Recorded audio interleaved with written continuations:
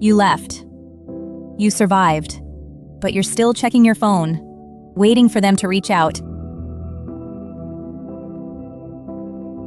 You see a story, a text, a missed call, and suddenly your whole body freezes in place. That pull you feel isn't love. It's a trauma bond, wired deep into your nervous system. They trained you to need their approval. Every crumb of kindness kept you hooked and confused. But here's the truth. Horrible people don't deserve your excuses or your waiting.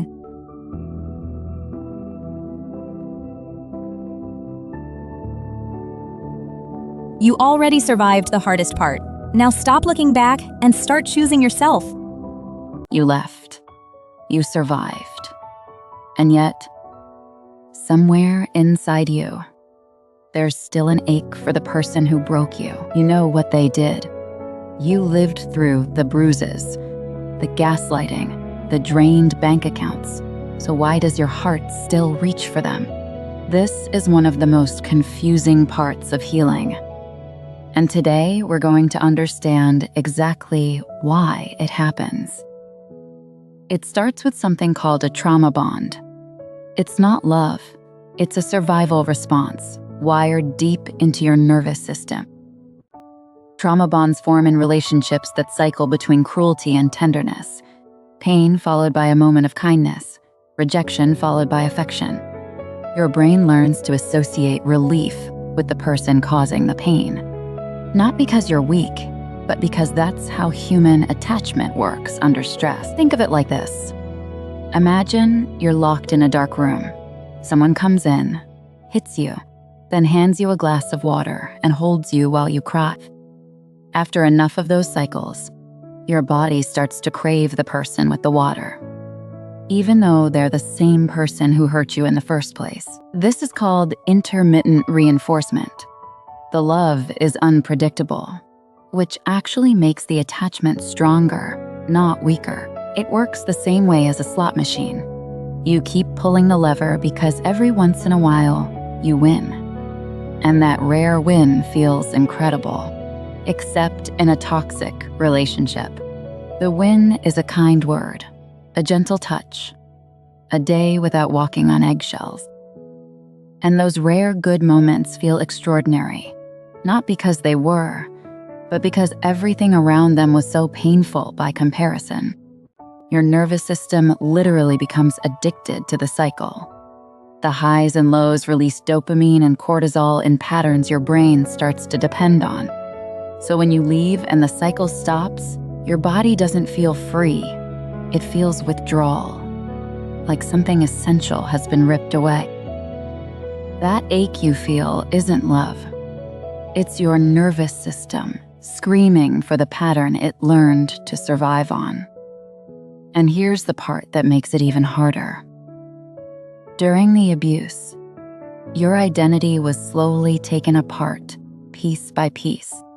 Through constant criticism, gaslighting, and manipulation, you began to lose trust in your own perceptions, your own feelings, your own reality. The abuser became the mirror through which you saw yourself, and they made sure the reflection was always a little distorted. So when they're gone, you don't just miss a person. You miss the only version of yourself you learned to recognize. The back tragedy of the state heap of Deming Lichtard. That's why leaving feels like losing yourself, even when the person you lost was someone who was destroying you. Financial abuse adds another invisible chain. When someone controls your money, your career, your ability to support yourself, leaving feels impossible. Even after you leave, the financial damage can keep you tethered. Rebuilding what was stolen takes time, and it's exhausting. And emotional abuse leaves wounds you can't see. No bruises, no scars, just a constant feeling that something is deeply wrong with you. You replay their words in your head. Maybe they were right. Maybe I am too much. Maybe I am not enough. Maybe this really was my fault. None of that is true. Those thoughts are the echoes of someone who needed you small so they could feel big. The eyes told they change fast. Missing them doesn't mean you made the wrong choice. It means your mind, your body, and your emotional system are still processing something enormous. Recovery from narcissistic abuse moves through real stages, and none of them are straight lines. The first stage is awakening. Awakening is when you finally name what happened. You stop calling it a rough patch and start calling it what it was: abuse. Then comes the withdrawal. You detach, you grieve, and the trauma bonds start to unravel. This part can feel worse before it feels better. Your brain will try to pull you back. The intrusive thoughts, the longing, the second guessing, that's not weakness, that's neurological withdrawal. The thoughts and cravings are stored in the deepest parts of your brain, below language and logic. Knowing the truth doesn't turn them off overnight. But with time and with support, those signals get quieter. The pull weakens. The fog lifts. Then comes rebuilding. This is where the real work begins. Not rebuilding the relationship, but rebuilding yourself. It starts with small things. Noticing what you actually enjoy. Remembering what your own opinions sound like without someone correcting them. It moves toward bigger things. What kind of work feels meaningful to you? What kind of life actually belongs to you? You learn to set boundaries, not as walls to keep people out, but as a way of knowing where you end and someone else begins. You practice trusting your own perceptions again, your gut feelings, your instincts, the things that were systematically dismantled. And then comes integration.